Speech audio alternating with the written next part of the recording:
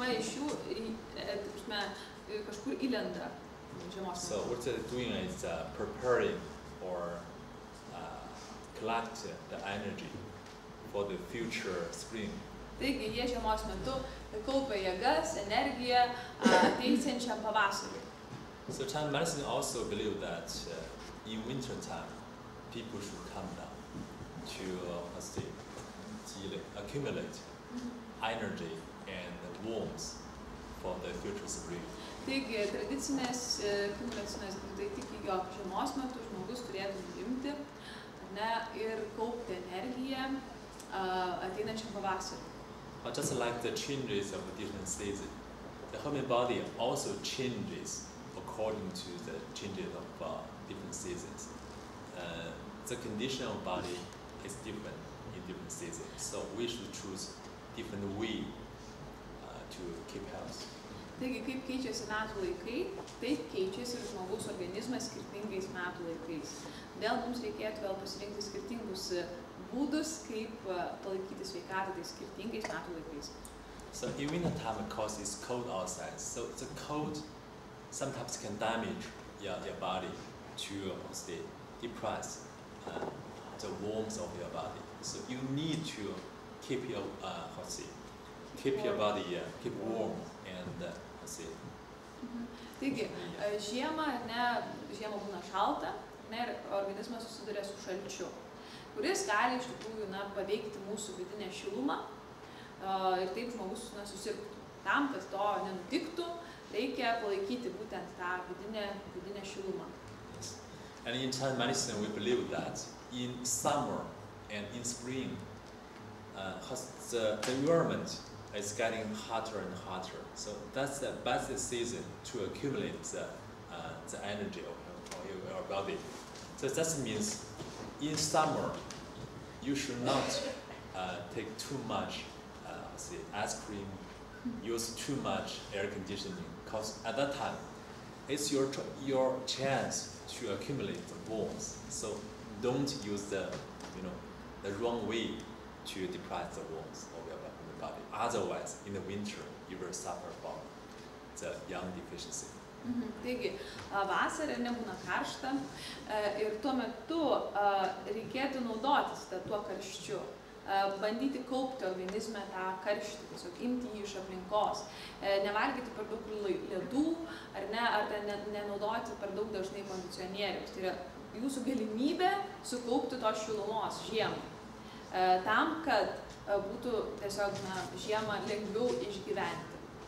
So for food, you in the winter time, you'd better to take some warm food.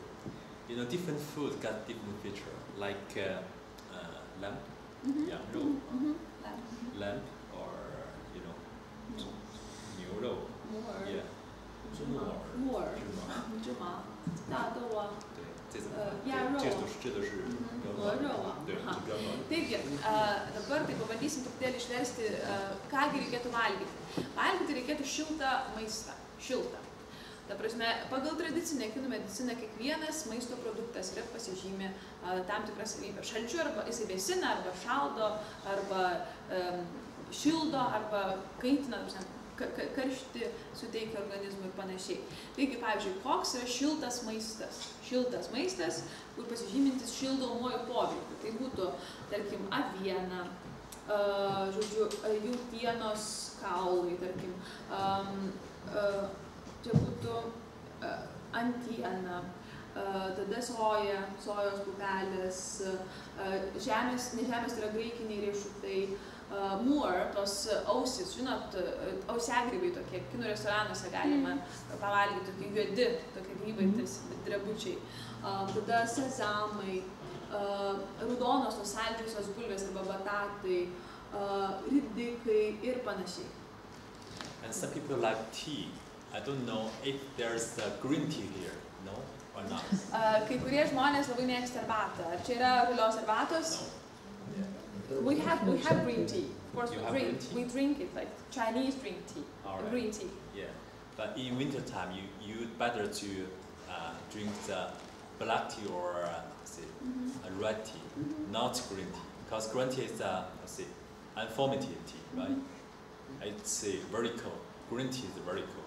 Taigi, brangieji.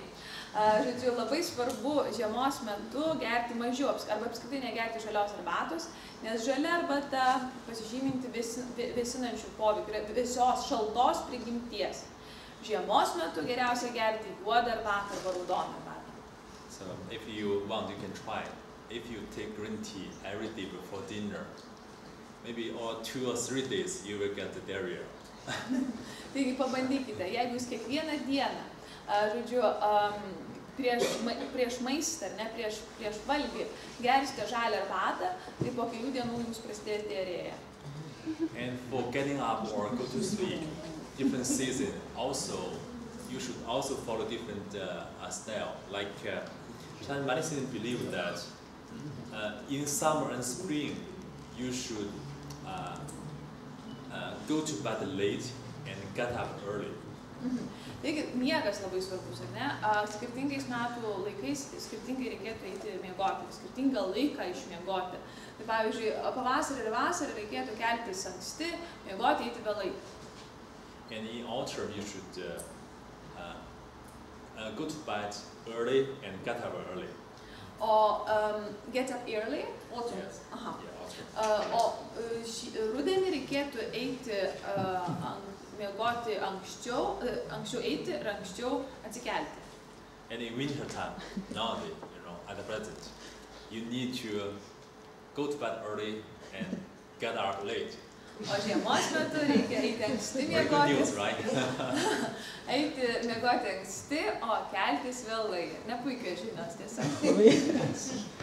So you can see, in the winter time we got less sunshine, right? So that means we need more rest. Taigi, žiemos metu mes gauname mažiau saulės spindulių, mažiau saulės energijos, todėl reikėtų daugiau ilsėtis.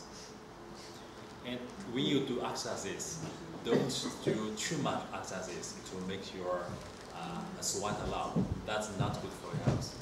Jeigu jūs užsiminėjate kažkokiais pratimais, nepersistengite. Negalima per daug intensyviai sportuoti tam, kai jau labai prakaituoji.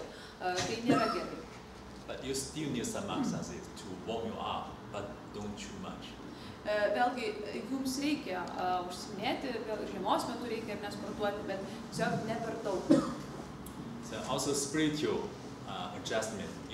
In winter time, we can get the feeling that we feel depressed, and we are not so active or exciting like in summer or in springtime.